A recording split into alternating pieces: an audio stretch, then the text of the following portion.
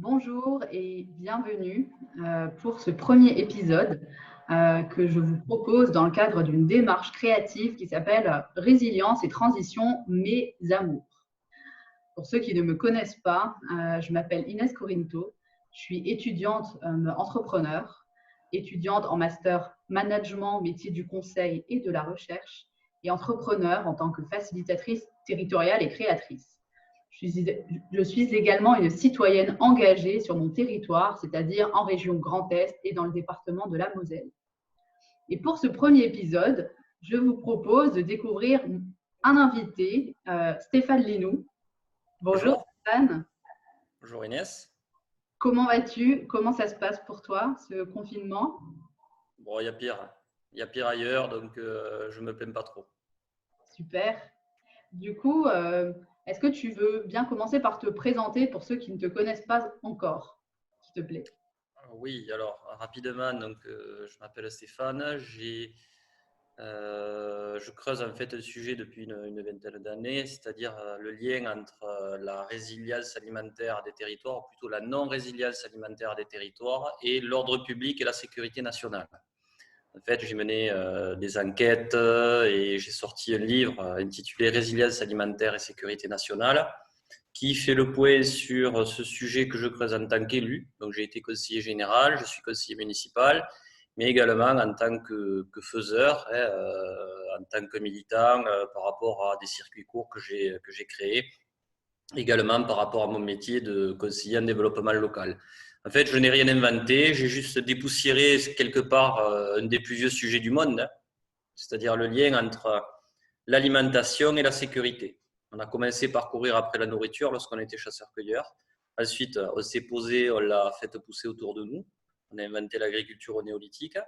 Et ensuite, on s'est regroupé en communauté, en village pour, en gros, grandement sécuriser les grains. Maintenant, c'est la nourriture qui vient à nous, sans que l'on s'intéresse au pourquoi, au comment et au jusqu'à quand. Donc, en fait, on est devenu perfusé. Nous sommes sous perfusion alimentaire par rapport à la logistique, par rapport au pétrole, par rapport aux engrais qu'on fait venir d'ailleurs, par rapport aux protéines végétales et tout ça. En fait, on est dans une illusion de sécurité alimentaire, mais ça ne se voit pas trop tant que les transports marchent. S'il y avait un problème sur les transports, style une cyberattaque sur la chaîne logistique, j'avais évoqué lors de mon pari de locavore en 2008. J'avais fait le pari de ne me nourrir qu'avec des produits issus d'un rayon de 150 km autour de mon lieu d'habitation, Castelnaudary, dans l'Aude. Donc, ce qui a fait que j'étais le premier locavore de France. Et donc, pendant un an, plus de café, plus de chocolat, plus de bananes, tout ça. C'était pour montrer, pour alerter sur notre degré de vulnérabilité par rapport aux approvisionnements. C'est-à-dire qu'en tant qu'individu, on ne produit plus notre nourriture, on ne la stocke plus. On se fournit pour 80% à travers des grandes surfaces qui n'ont que 2 ou 3 jours de stock sur place, je dis bien sur place, et s'il n'y a pas de panique. On a quasiment plus de paysans autour de nous, donc c'est-à-dire des infrastructures nourricières, c'est-à-dire qu'à force de ne plus acheter aux paysans locaux, leur nombre s'est réduit et en plus ils se sont spécialisés. Donc en fait, ce qui est produit localement est exporté ailleurs.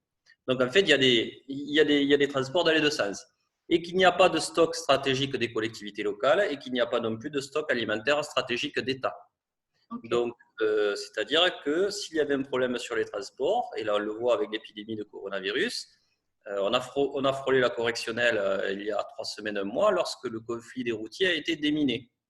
Imaginez si les routiers avaient été en grève, alors là on se tapait réellement dessus, alors qu'il y avait encore de la nourriture, il y avait de grosses tensions dans les supermarchés, donc imaginez si les transports s'étaient mis à l'arrêt. Donc, en fait, si on prend par exemple l'exemple de votre coin, là, Forbach, il y a une autonomie alimentaire de 0,2% à peu près. Donc, ça pose question. Et ça peut occasionner des troubles à l'ordre public, c'est-à-dire des émeutes qui ne pourraient pas être contenues par les forces de sécurité sur place. Parce que ventre affamé n'a point d'oreille. D'où la nécessité de au maximum relocaliser ce qu'on peut et autoproduire, donc en tant qu'individu, au niveau également du fléchage de notre consommation, la flécher vers les producteurs locaux pour qu'ils restent en vie parce qu'ils travaillent, mais également par rapport à, pourquoi pas, quelques stocks qui permettraient, des stocks tampons qui permettraient de sauver l'essentiel en temps de crise. Voilà, donc en fait, il faudrait y arriver. Mais justement, il me semble que pendant cette période de confinement, tu proposes à la vente ce livre dont est-ce que tu veux bien aussi nous le présenter et nous dire où on peut se procurer ton étude puisque on a plus de temps que prévu, donc c'est peut-être le temps pour ceux qui ne l'ont pas encore fait de se plonger dans ce travail qui a été primé d'ailleurs. Est-ce que tu veux bien nous le présenter en quelques mots, s'il te plaît? Oui, alors c'est une enquête et encadrée par un ancien colonel de l'armée, par un géographe qui est directeur de l'aménagement du territoire d'une communauté d'agglo à côté de Paris. Et donc, en fait, la méthode est sérieuse et ça a également intéressé la division du renseignement de la gendarmerie nationale et la zone de défense et de sécurité de Paris.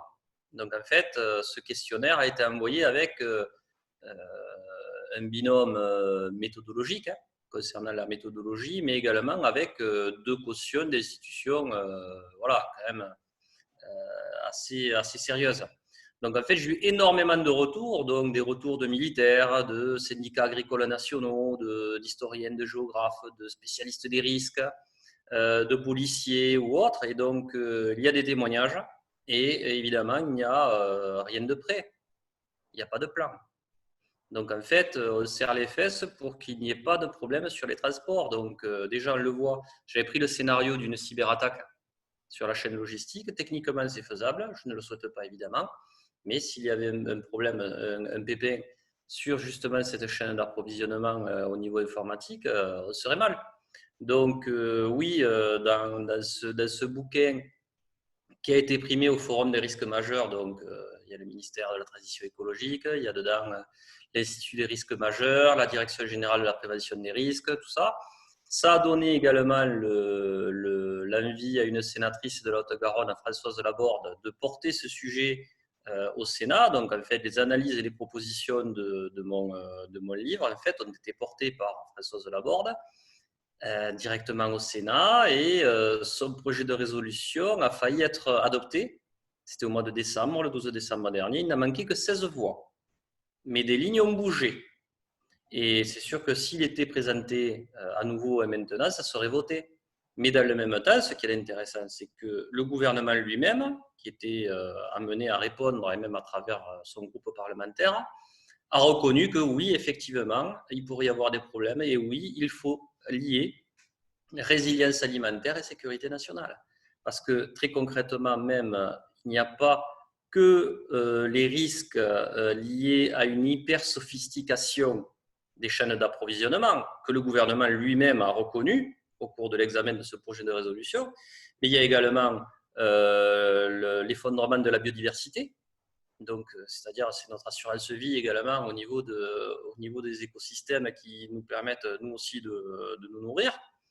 Il y a également le réchauffement climatique énorme, donc on va avoir des écarts à la moyenne terribles, et ça chaque année, donc sur les récoltes beau jour. Notre total, du moins à 99% de notre dépendance aux énergies fossiles, aux énergies faciles, donc le pétrole, qui fait que notre agriculture est perfusée au niveau énergétique, tant au niveau de la mécanisation que du transport, de la distribution, de la transformation et également des engrais et des produits phytosanitaires. Tout ça, on n'a rien sur place en France. Qu'il y a plus de tracteurs même que de paysans en France, et des tracteurs qu'on ne fabrique plus. Donc, et qu'on est également perfusé avec la main-d'œuvre, c'est-à-dire que l'agriculture française marche avec des bras étrangers. Et ça, on l'a vu là, bon, on le sait quand on est dans le domaine agricole, mais là, le grand public a pu le constater avec cet épisode de coronavirus où tout est bloqué. Donc, du moins au niveau des êtres vivants. Donc, en fait, des êtres humains. En fait, on est sur des acquis et ce confinement-là nous donne aussi une fausse certitude. On est quand même sur une nourriture qui a été produite avant le confinement. On est aussi sur des revenus qui sont nationalisés, donc qui sont garantis par l'État.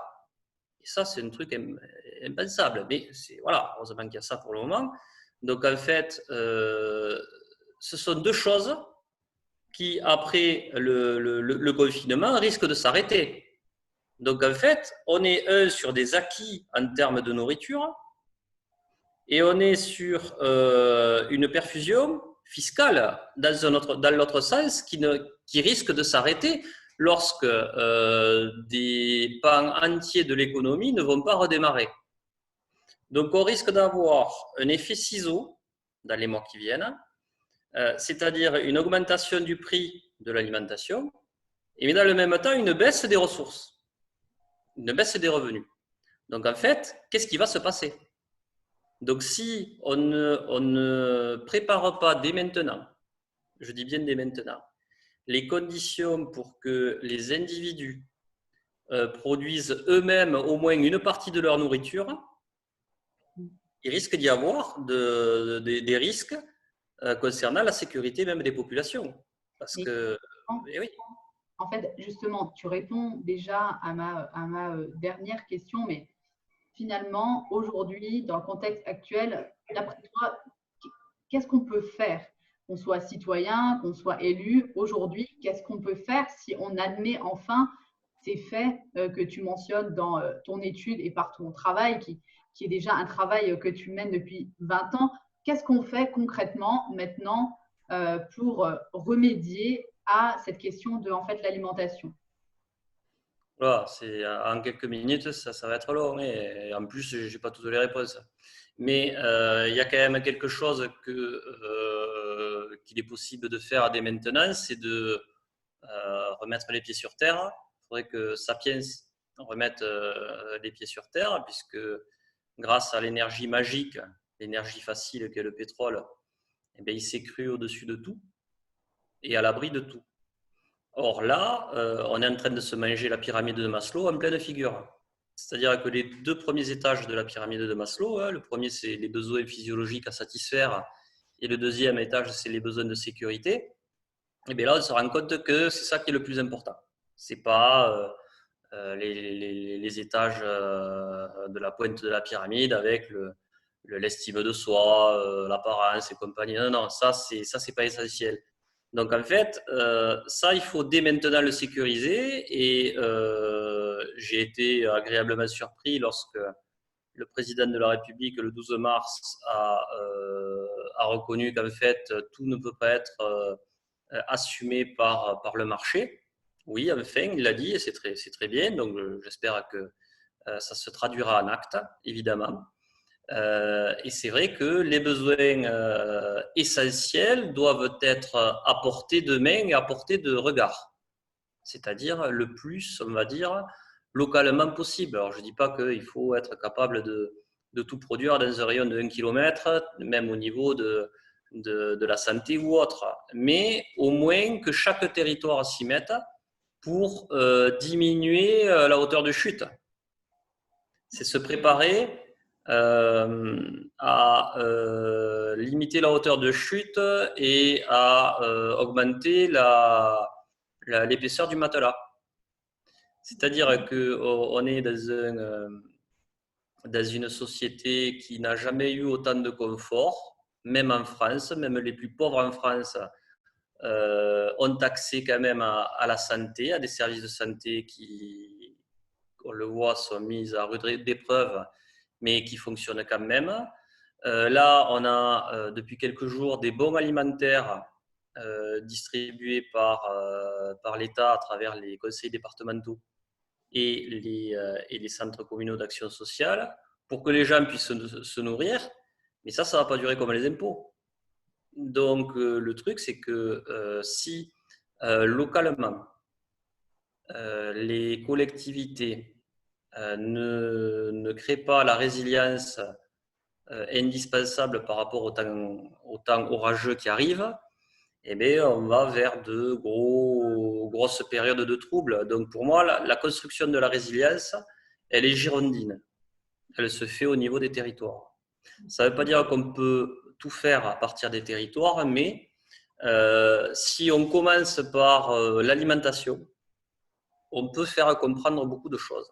C'est-à-dire que si on se donne un cadre d'action territorial et par rapport à l'alimentation, et bien, du coup, on pourra regarder les documents d'urbanisme, on pourra comprendre ce qui se passe par rapport à l'eau, on pourra également, eh bien, quelque part, pour éviter éventuellement un rationnement, s'autoréguler, c'est-à-dire prélever moins pour qu'il y en ait assez pour tout le monde. Ça permettrait déjà de faire monter au cerveau le bon sens qu'on a perdu depuis que nous avons en gros 300 esclaves énergétiques par personne, comme Jean-Marc Jancovici le démontre et le vulgarise très bien.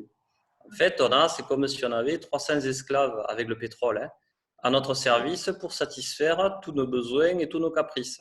Or là, on va rentrer dans un monde en contraction énergétique. Donc, du coup, on aura moins d'esclaves énergétiques à notre service.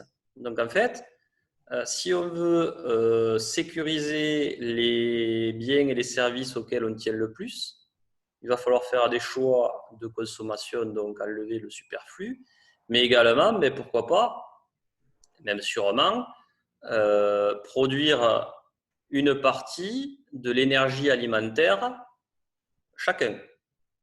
C'est-à-dire ce qui a permis aux populations de quitter les campagnes et de gonfler les villes, c'est l'apport énergétique, c'est-à-dire le pétrole.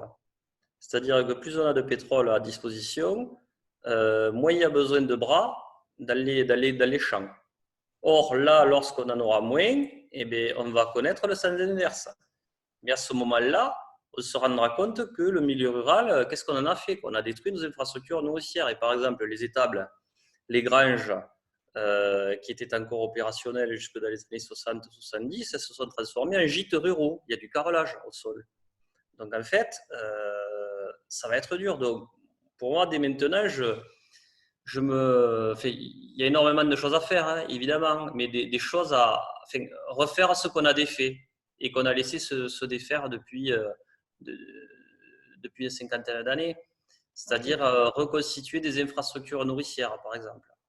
Bon, en tout cas, si les personnes qui nous regardent souhaitent creuser ces questions, ils peuvent se procurer ton livre puisque tu l'as mis en vente à un prix plus que en fait accessible. Ils peuvent aussi te suivre sur Facebook, sur ton site web. En tout cas, merci d'avoir accepté de répondre à mes questions. Avec plaisir. Et puis, vous l'aurez compris, il est important d'agir, mais dès maintenant. Moi, je vous donne rendez-vous très bientôt pour une prochaine vidéo avec un nouvel invité. Prenez soin de vous et surtout passez à l'action.